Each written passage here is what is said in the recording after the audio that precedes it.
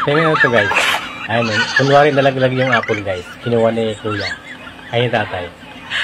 Ayun, nakalibre na ako ng apple. Ayun, nagutom si tatay. Hindi ko alam guys kung ano meron sa apple na yan. Bakit? Baka may kuryente. May kuryente yan.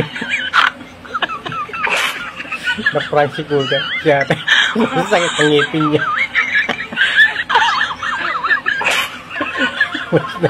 Ito pang isa, tatay yun. Kunwari nalaglag. Yun ang sinadya. Hindi sinabi. Natagutom siya ito tatay. Ay, nagutom yata si tatay.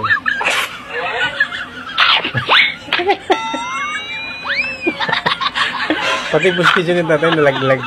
Grabe. Yun di ata apple na yun ah. Kakaibang apple yan ah. Grabe naman si kuya. Napaigato niya sa sakit.